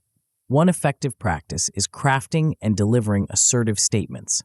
Start by identifying situations where you typically struggle to express yourself assertively. Then practice formulating clear, respectful statements that express your needs or perspectives. Rehearse these statements out loud, paying attention to your tone and body language. Practicing positive framing in everyday conversations is another valuable exercise. Challenge yourself to reframe negative statements into positive ones. For example, instead of complaining about a problem, try expressing it as an opportunity for improvement. Pay attention to how this shift in language affects the tone and outcome of your interactions. Role-playing exercises can be particularly helpful in practicing authority positioning. Work with a partner to simulate challenging conversations where you need to establish credibility and guide the dialogue. Experiment with different techniques for demonstrating expertise and leadership, and discuss what works well and what could be improved. As you develop your skills in strategic communication, you'll likely see a progression in your abilities. At a basic level, you'll become more adept at communicating your needs effectively. You'll find yourself able to express your thoughts and requirements clearly without causing unnecessary conflict or misunderstanding. With continued practice, you'll develop the ability to influence others positively. You'll notice that people are more receptive to your ideas and more willing to consider your perspective. This influence isn't about manipulation, but about presenting your thoughts in a way that resonates with others and motivates them to engage constructively. At the highest level of mastery, you'll be able to lead conversations to successful outcomes consistently. You'll find yourself able to navigate even the most challenging dialogues with skill and grace, guiding discussions towards productive resolutions that benefit all parties involved. Of course, developing strategic communication skills is not without its challenges. One common pitfall is coming across as aggressive rather than assertive. This often happens when we focus too much on our own needs without considering the perspectives of others. The key to avoiding this is to balance assertiveness with empathy, always striving to understand and acknowledge the other person's point of view, even as you express your own. Another potential issue is misalignment between verbal and nonverbal cues. This can happen when we're not fully aware of our body language or when we're trying to communicate in a way that doesn't feel natural to us. The solution here is to practice consistency. ensuring that your tone, facial expressions, and body language all align with the message you're trying to convey. Finally, there's a risk of overcomplicating your language in an attempt to sound more authoritative or persuasive. This can actually backfire, making your message less clear and less impactful. The key is to keep your communication clear and concise, using simple language to express even complex ideas. As we conclude this chapter on strategic communication, you've gained valuable insights into the power of deliberate, thoughtful language use.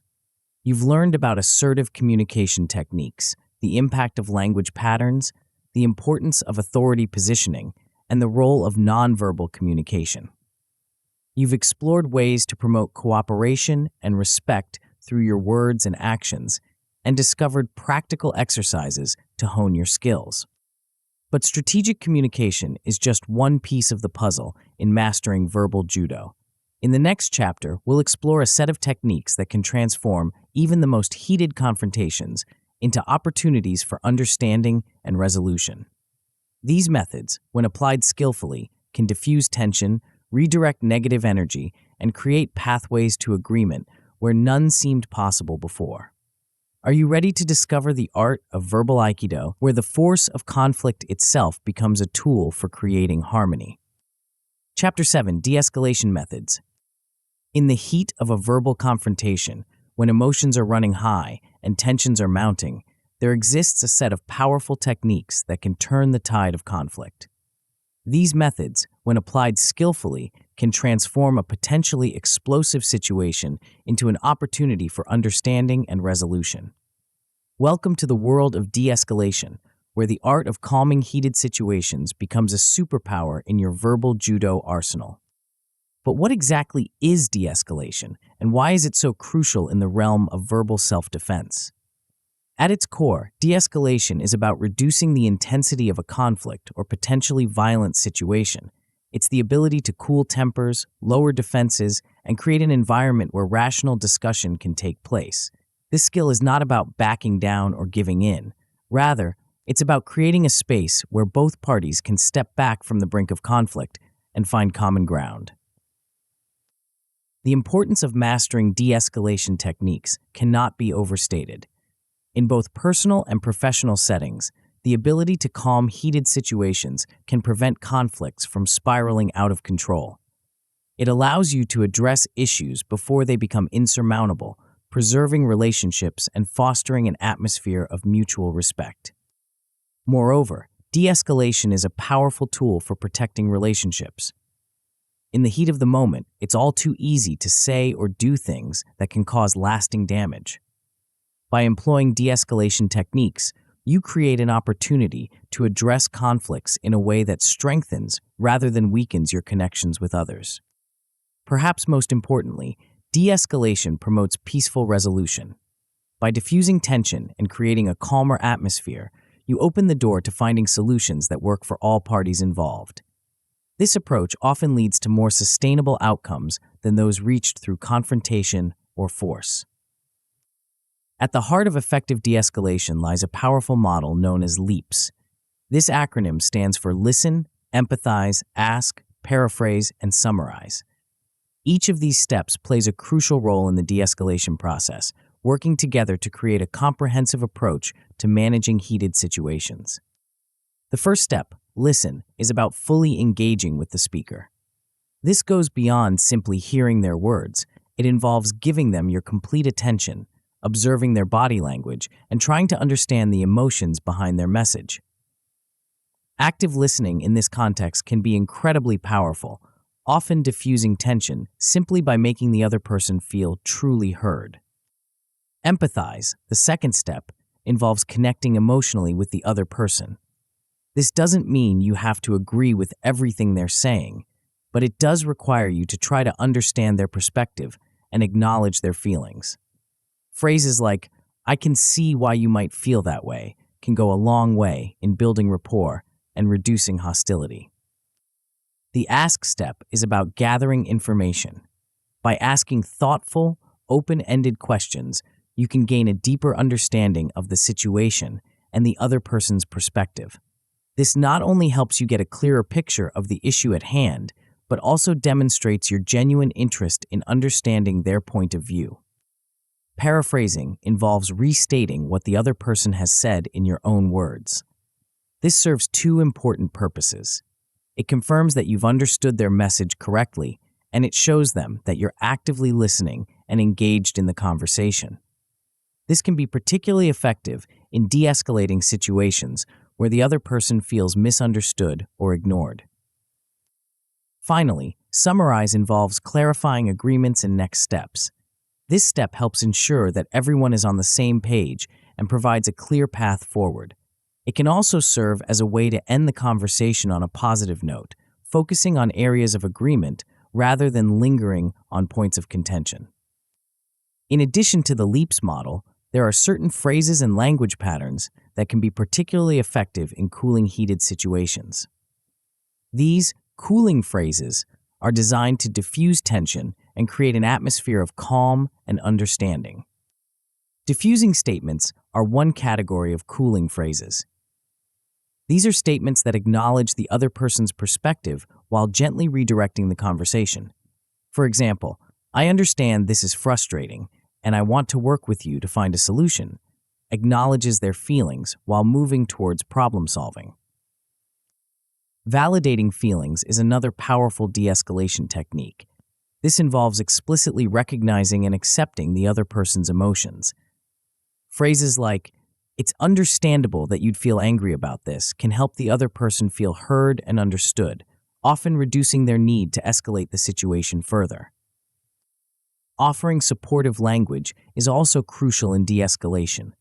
This involves using phrases that express your willingness to work together and find a solution.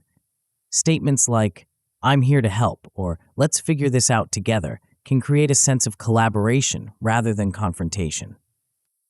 The pace and rhythm of your speech can also play a significant role in de-escalation. In heated discussions, people often speak quickly and loudly, which can further escalate tensions. By consciously modulating your speaking rate, you can influence the emotional tempo of the conversation.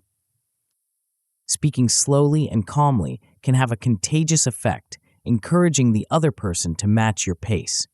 This slower rhythm can help lower heart rates and reduce the physiological symptoms of stress, making it easier for both parties to think clearly and rationally. Influencing the emotional tempo goes beyond just speaking rate. It also involves the tone and energy you bring to the conversation. By maintaining a calm and steady demeanor, you can often influence the other person to adopt a similar state. This doesn't mean being emotionless or robotic. Rather, it's about projecting a sense of composed confidence that can help stabilize the emotional atmosphere. Leading by example is perhaps the most powerful way to set the pace in heated discussions. By demonstrating the behavior you want to see, calm, respectful, and solution-oriented, you create a model for the other person to follow. This can be particularly effective when dealing with someone who's highly agitated or emotional. One of the most challenging aspects of de-escalation is finding a way to end the conversation that feels satisfactory to all parties. This is where the concept of creating win-win exits comes into play. The goal here is to find solutions or compromises that address the needs and concerns of everyone involved. Proposing mutually beneficial solutions is a key part of this process. This involves looking beyond the immediate conflict to find outcomes that can satisfy both parties. It often requires creativity and a willingness to think outside the box, considering options that might not be immediately obvious. Sometimes, however, a full resolution isn't possible in the moment. In these cases, knowing when to agree to disagree can be a valuable skill. This doesn't mean giving up on finding a solution, but rather acknowledging that you may need more time or information to reach a satisfactory conclusion. The key is to do this in a way that leaves the door open for future discussion and resolution. Setting the stage for future interactions is crucial when you can't fully resolve a conflict in the moment. This might involve agreeing on a time to revisit the issue, establishing ground rules for future discussions, or identifying specific actions each party will take in the meantime. The goal is to end the current interaction on a positive note while creating a clear path forward. The work of de-escalation doesn't end when the immediate conflict is over. Following up after confrontations is an important part of the process. This follow-up period provides an opportunity to reflect on the interaction, repair any damage to the relationship, and implement lessons learned.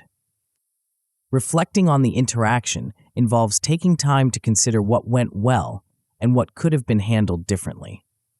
This self-reflection can help you identify areas for improvement in your de-escalation skills and prepare you for similar situations in the future. Repairing relationships is another crucial aspect of follow-up. Even when a conflict has been successfully de-escalated, there may still be lingering tensions or hurt feelings. Taking proactive steps to address these issues can help strengthen the relationship and prevent future conflicts. Implementing lessons learned is the final step in the follow-up process. This involves taking the insights gained from the conflict and reflection process and applying them to future interactions. It might involve adjusting your communication style, setting clearer boundaries, or developing new strategies for managing similar situations. Like any skill, mastering de-escalation techniques requires practice. There are several exercises you can engage in to hone your abilities. One effective practice is to simulate the LEAPS model in role-playing scenarios. Work with a partner to create challenging situations and take turns practicing each step of the model. Pay attention to how each step influences the dynamic of the conversation. Developing a personal list of cooling phrases is another valuable exercise. Start by identifying phrases that you find calming or reassuring and practice incorporating them into your vocabulary. Remember, the key is to use these phrases sincerely. They should feel natural and authentic coming from you. Role-playing de-escalation scenarios can be particularly helpful in preparing for real-life situations. Create a variety of scenarios, from minor disagreements to more intense conflicts, and practice applying your de-escalation skills. After each role-play, discuss what worked well and what could be improved. As you develop your de-escalation skills, you'll likely see a progression in your abilities.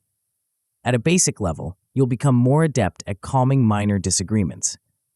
You'll find yourself able to address small conflicts before they escalate, often resolving issues quickly and amicably. With continued practice, you'll develop the ability to de-escalate even intense conflicts. You'll notice that you can remain calm and effective even in highly charged situations, guiding conversations towards productive resolutions. At the highest level of mastery, you may find yourself able to prevent conflicts from arising altogether. Your enhanced awareness and communication skills will allow you to identify and address potential issues before they develop into full-blown conflicts. Of course, developing de-escalation skills is not without its challenges. One common pitfall is the ineffective use of the LEAPS model. This often happens when we rush through the steps or skip some altogether. The key to overcoming this is to practice each step thoroughly, ensuring you're comfortable with each aspect of the model. Another potential issue is misreading the situation. De-escalation requires a keen awareness of the emotional undercurrents in a conversation, and it's easy to misinterpret signals or respond inappropriately. The solution here is to stay attentive and adaptable, constantly gauging the other person's reactions and adjusting your approach as needed. Finally, there's a risk of overusing cooling phrases to the point where they lose their effectiveness or come across as insincere. The key is to ensure that your communication remains genuine and heartfelt. Use cooling phrases judiciously and always back them up with sincere actions and attitudes. As we conclude this chapter on de-escalation methods, you've gained valuable insights into the power of calming heated situations. You've learned about the LEAPS model, discovered effective cooling phrases, and explored techniques for pace setting in heated discussions. You've considered ways to create win-win exits from conflicts and understood the importance of follow-up after confrontations. But de-escalation is just one aspect of mastering verbal judo. In the next chapter, we'll explore a set of techniques that can transform your ability to navigate even the most challenging real-world scenarios. These methods, when applied skillfully, can help you maintain your composure and effectiveness in a wide range of high-pressure situations. Are you ready to put your skills to the test and discover how to apply verbal judo in the real world? Chapter 8, Practical Scenarios. As we venture into this chapter, imagine yourself standing at the threshold of a dojo. You've spent countless hours honing your skills, perfecting your techniques, and internalizing the principles of verbal judo. But now, as you step onto the mat, you're faced with a new challenge. The controlled environment of practice gives way to the unpredictable nature of real-world scenarios. How will your skills hold up when put to the test? This chapter is about bridging the gap between theory and practice, about taking the techniques you've learned and applying them in the crucible of real-life situations. But it's more than just a test of your abilities. It's an opportunity to refine your skills, to discover new applications for the principles you've learned, and to develop the kind of instinctive responses that mark a true master of verbal judo. Why is this practical application so crucial? First and foremost, it bridges the gap between theory and practice. While understanding the principles of verbal self-defense is essential, it's in the application of these principles that true mastery is achieved. By engaging with practical scenarios, you begin to see how the various techniques you've learned can be combined and adapted to meet the unique challenges of each situation. Moreover, practicing through scenarios builds confidence. There's a world of difference between knowing what you should do in theory and having the confidence to actually do it when faced with a real confrontation. By rehearsing your responses in a variety of situations, you develop the kind of self-assurance that allows you to remain calm and composed even in the face of intense verbal aggression. Perhaps most importantly, engaging with practical scenarios enhances your adaptability. In the real world, confrontations rarely unfold exactly as we expect them to. By exposing yourself to a wide range of scenarios, you develop the flexibility to adjust your approach on the fly, selecting and combining techniques as needed to navigate even the most unexpected turns in a conversation. Let's begin our exploration of practical scenarios by considering some common situations in professional settings. These are the kinds of challenges you might face in the workplace, where the stakes can be high, and the need for diplomatic communication is paramount. One frequent challenge in professional environments is handling difficult customers. Whether you're dealing with complaints, unreasonable demands, or simply rude behavior, these situations require a delicate balance of assertiveness and empathy. You might find yourself needing to employ active listening skills to understand the root of the customer's frustration, while also using strategic communication to guide the conversation towards a resolution. Navigating hostile colleagues presents a different set of challenges. Here, you're dealing with ongoing relationships that need to be preserved, even as you address conflicts or disagreements. This might involve using the agreement frame to find common ground, or employing de-escalation techniques to cool heated discussions before they can damage professional relationships. Responding to aggressive superiors adds another layer of complexity to workplace confrontations. In these situations, you need to balance respect for authority with the need to stand up for yourself or your ideas. This might involve using precision questioning to clarify expectations or misunderstandings, or employing authority positioning techniques to establish your credibility on a particular issue. In today's digital age, it's also crucial to consider how verbal judo techniques can be applied to written communication. Managing email and written confrontations requires a unique set of skills. Without the benefit of tone of voice or body language, your word choice becomes even more critical. You might find yourself needing to use positive framing more explicitly, or to craft your messages with extra care to ensure they can't be misinterpreted. Moving from the professional realm to the personal, we encounter a new set of challenges. Personal relationships often involve deeper emotional connections and longer histories, which can make conflicts more intense, but also provide more opportunities for understanding and resolution. Resolving family disputes, for instance, requires a delicate touch. You're dealing with people who know you intimately and with whom you share a long history. This can make it easier to anticipate their reactions, but it can also mean that old patterns and triggers come into play. In these situations, you might find yourself relying heavily on empathy and active listening skills to cut through familiar patterns of conflict and find new ways of understanding each other.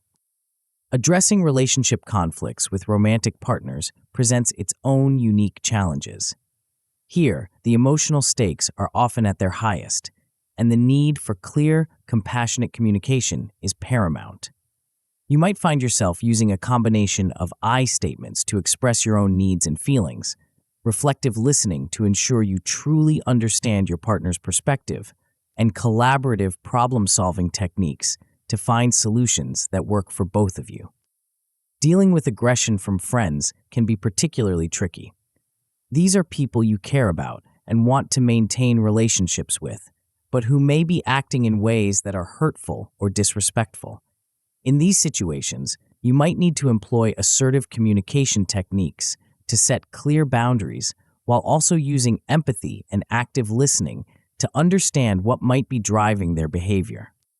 In our increasingly connected world, it's also important to consider how verbal judo techniques can be applied to social media interactions. The public nature of these platforms and the potential for misunderstandings make it crucial to communicate with extra care. You might find yourself needing to use de-escalation techniques to cool heated online discussions, or to employ strategic communication to clarify your points and avoid unnecessary conflicts. Beyond personal and professional settings, there are a variety of public and special situations where verbal judo skills can be invaluable. These are often high-pressure scenarios where your ability to communicate effectively can have significant consequences. Engaging in public speaking challenges, for example, requires a unique application of verbal judo principles. Whether you're giving a presentation, participating in a debate, or fielding questions from an audience, you need to be able to think on your feet and respond to unexpected challenges. This might involve using authority positioning techniques to establish your credibility or employing strategic communication to frame your messages in the most compelling way possible. Interacting with media professionals presents another set of challenges. In these situations, you need to be able to stay on message while also responding authentically to questions. This might involve using precision questioning to clarify the interviewer's intent, or employing positive framing techniques to present your points in the most favorable light. Managing legal conversations requires yet another specialized application of verbal judo skills. Whether you're dealing with law enforcement, participating in a deposition, or engaging in any other legal proceeding, your words carry significant weight. In these situations, you might find yourself relying heavily on active listening to ensure you fully understand what's being asked, and using precise language to avoid any potential misunderstandings. Responding in emergency scenarios tests your verbal judo skills to their limits. In high-stress situations where emotions are running high and quick action is needed, your ability to communicate clearly and calmly can make a crucial difference. This might involve using de-escalation techniques to calm agitated individuals or employing directive communication to guide people to safety. In our increasingly globalized world, cross-cultural communication skills are becoming ever more important. Applying verbal judo techniques across cultural boundaries requires a nuanced understanding of how communication norms can vary from one culture to another. Understanding cultural nuances is the first step in effective cross-cultural communication. This involves recognizing that what's considered polite or appropriate in one culture might be seen as rude or offensive in another. It also means being aware of differences in communication styles, such as varying comfort levels with direct versus indirect communication. Adapting verbal strategies globally requires flexibility and sensitivity. You might find that certain techniques that work well in your own culture need to be modified when communicating with people from different backgrounds. For example, the level of assertiveness that's appropriate can vary significantly between cultures. Avoiding cultural missteps is crucial in cross-cultural communication. This involves being aware of potential taboos or sensitive topics in different cultures, as well as understanding how nonverbal cues like personal space or eye contact can be interpreted differently across cultural lines. To truly internalize these skills and prepare for real-world application, engaging in exercises and practice sessions is crucial. Role-playing difficult conversations is one of the most effective ways to practice verbal judo techniques. By simulating challenging scenarios with a partner, you can experiment with different approaches and get immediate feedback on your performance. Self-assessment checklists can be valuable tools for tracking your progress and identifying areas for improvement. After each real-life interaction where you've employed verbal judo techniques, take some time to reflect on what went well and what could have been handled differently. Partner practice drills allow you to focus on specific techniques or scenarios. You might practice active listening exercises, work on crafting assertive statements, or rehearse de-escalation techniques. The key is to create a safe environment where you can push your skills to their limits and learn from your mistakes. As you continue to practice and apply these techniques in real-world scenarios, you'll likely see a progression in your abilities. At a basic level, you'll become adept at applying verbal judo techniques in familiar settings. You'll find yourself able to handle common workplace conflicts or family disagreements with greater ease and effectiveness. With continued practice, you'll develop the ability to adapt your strategies to new and unexpected situations. You'll be able to combine and modify techniques as needed, responding flexibly to the unique demands of each interaction. At the highest level of mastery, you'll find yourself able to handle any confrontation with confidence. Your responses will become instinctive, allowing you to remain calm and effective even in the most challenging scenarios. Of course, applying verbal judo techniques in real-world scenarios is not without its challenges. One common pitfall is inadequate preparation. It's easy to assume that because you understand the techniques in theory, you'll be able to apply them effectively in practice. The solution is to dedicate consistent time to practice, treating your verbal judo skills like any other important ability that requires regular exercise to maintain and improve. Another potential issue is overconfidence. As you start to see success in applying these techniques, it's natural to feel more sure of yourself. However, overconfidence can lead to complacency and reduced effectiveness. The key is to remain humble and open to learning, recognizing that every interaction is an opportunity to refine your skills further. Finally, there's a risk of applying techniques too rigidly, trying to force situations to fit your expectations rather than adapting to the reality of the interaction. The solution is to stay flexible and responsive, always being willing to adjust your approach based on the feedback you're receiving from your conversational partner. As we conclude this chapter on practical scenarios, you've gained valuable insights into how verbal judo techniques can be applied in a wide range of real-world situations. You've explored challenges in professional settings, personal relationships, public scenarios, and cross-cultural communications. You've discovered the importance of consistent practice and the potential pitfalls to watch out for as you apply these skills in your daily life. But mastering verbal judo is an ongoing journey, not a destination. In the next chapter, we'll explore how you can continue to refine and expand your skills, pushing the boundaries of what's possible in the art of linguistic self-defense. Are you ready to take your abilities to the next level and discover the true depths of mastery in verbal judo? Chapter 9, Mastery and Maintenance. As we embark on this final chapter, imagine yourself standing at the summit of a mountain you've been climbing throughout this book. The view from here is breathtaking, offering a panoramic perspective of the verbal judo landscape you've traversed. But this summit is not the end of your journey. Rather, it's a vantage point from which to survey the endless horizons of mastery that stretch out before you. The path of verbal judo, like any martial art, is one of lifelong learning and continuous refinement. True mastery is not a destination to be reached, but a journey to be embraced. In this chapter, we'll explore how to maintain and expand your skills, develop your unique style, and even share your knowledge with others. Let's begin by reflecting on the transformative power of the skills you've acquired throughout this book.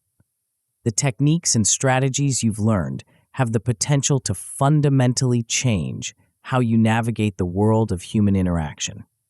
With these tools at your disposal, you now possess an enhanced confidence in handling confrontations. Where once you might have felt anxious or overwhelmed in the face of verbal aggression, you now have a repertoire of responses that allow you to maintain your composure and steer conversations in a positive direction. Moreover, you've gained greater control over your emotional responses. The ability to maintain emotional equilibrium, even in challenging situations, is a superpower in both personal and professional realms. This emotional mastery not only helps you navigate difficult conversations more effectively, but also contributes to your overall well-being and stress management. Perhaps most importantly, you now have the ability to influence outcomes positively. Rather than being at the mercy of others' communication styles or agendas, you can actively shape the direction and tone of interactions. This influence isn't about manipulation or domination, but about creating environments where mutual understanding and cooperation can flourish. The impact of these skills extends far beyond individual conversations. As you continue to apply and refine your verbal judo techniques, you'll likely notice significant improvements in your relationships. In professional settings, your enhanced communication skills can lead to stronger, more productive relationships with colleagues, superiors, and clients. You'll find yourself better equipped to navigate office politics, resolve conflicts, and collaborate effectively with diverse teams. In your personal life, these skills can deepen and enrich your connections with family and friends. By applying empathetic listening, assertive communication, and de-escalation techniques, you can address misunderstandings more effectively, express your needs more clearly, and create an atmosphere of mutual respect and understanding in your relationships. Overall, you'll likely find that conflicts and misunderstandings become less frequent and less intense in your life. When disagreements do arise, you'll have the tools to address them constructively, often transforming potential sources of conflict into opportunities for growth and deeper connection. As you continue to practice and refine these skills, you'll discover that you're able to achieve things that might have seemed impossible before. Difficult conversations that once filled you with dread will become manageable, even opportunities for positive change. You'll find yourself able to navigate complex interpersonal dynamics with grace and skill, often transforming hostile situations into cooperative ones through the artful application of verbal judo techniques. Moreover, as your mastery grows, you may find yourself in a position to mentor others in verbal self-defense. The ability to share these skills with colleagues, friends, or family members can be incredibly rewarding, allowing you to contribute to a more positive communication culture in your spheres of influence. One of the most exciting aspects of continuing to practice verbal judo is that your results will improve with less and less conscious effort over time. As you repeatedly apply these techniques in various situations, they'll begin to become second nature. You'll develop instinctive responses to challenging communication scenarios, reacting with skill and poise without having to consciously think through each step. This mastery through repetition is similar to how a seasoned martial artist can react to physical attacks without conscious thought. Your verbal reflexes will become honed, allowing you to respond effectively even in high-pressure situations. As this happens, you'll experience greater ease in communication across all areas of your life. To continue improving your skills, it's helpful to adopt strategies for continuous improvement. Setting personal development goals can provide direction and motivation for your ongoing practice. These goals might involve mastering specific techniques, applying your skills in new contexts, or working on particular aspects of your communication style. Seeking feedback and mentorship can also be invaluable in your journey towards mastery. This might involve asking trusted friends or colleagues for their honest observations about your communication style, or seeking out a mentor who can provide guidance and advanced instruction in verbal judo techniques. Tracking your progress over time can help you stay motivated and identify areas for further improvement. Consider keeping a journal of your communication experiences, noting successes, challenges, and insights gained from applying verbal judo techniques in various situations. As you continue to refine your skills, you'll likely begin to develop your own personal style of verbal judo.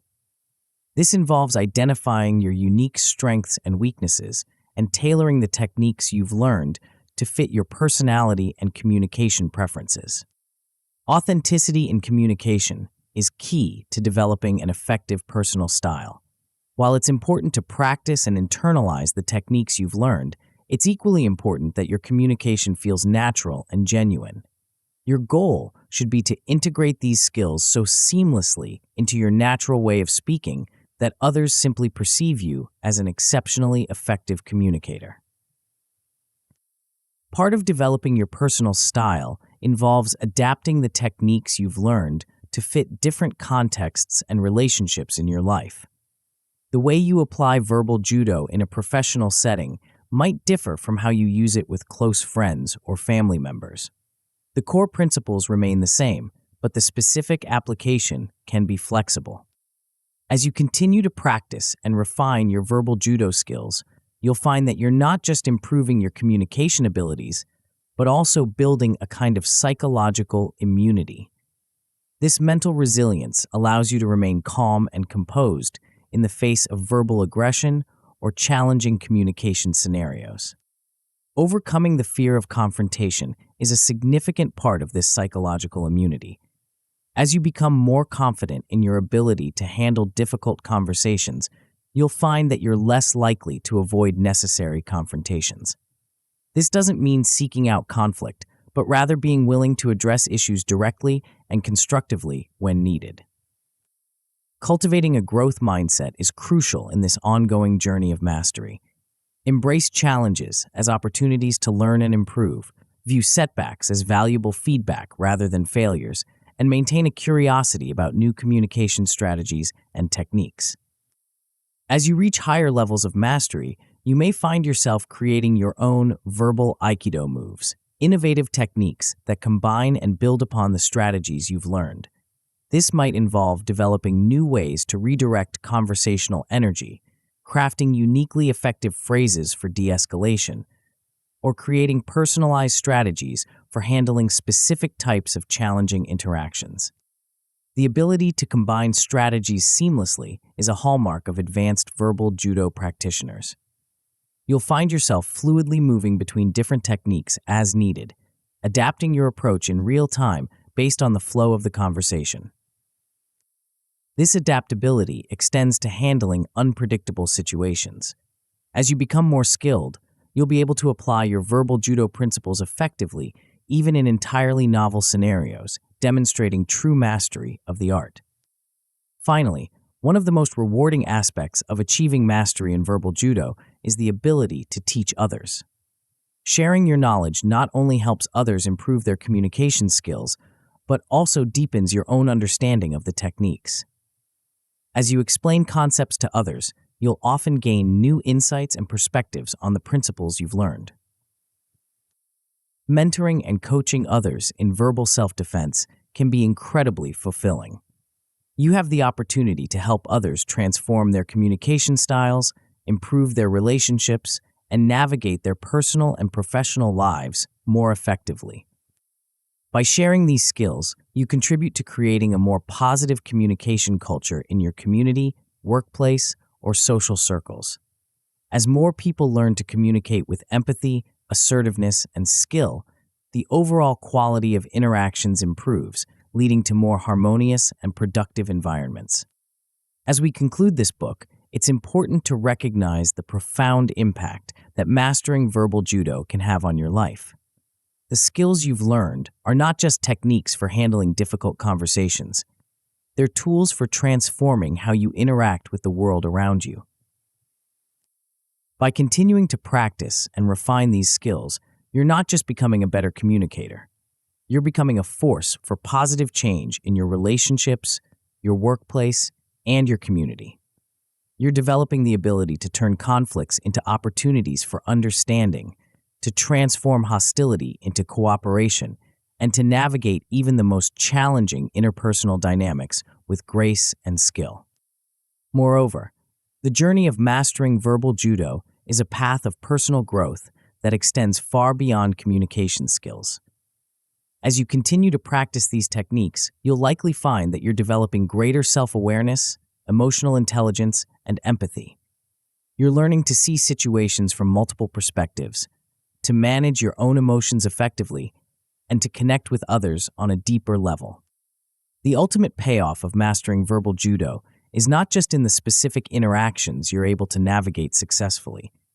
It's in the overall quality of life that comes from being able to communicate effectively, build strong relationships, and maintain your composure and integrity even in challenging situations. It's in the confidence that comes from knowing you can handle whatever communication challenges life throws your way.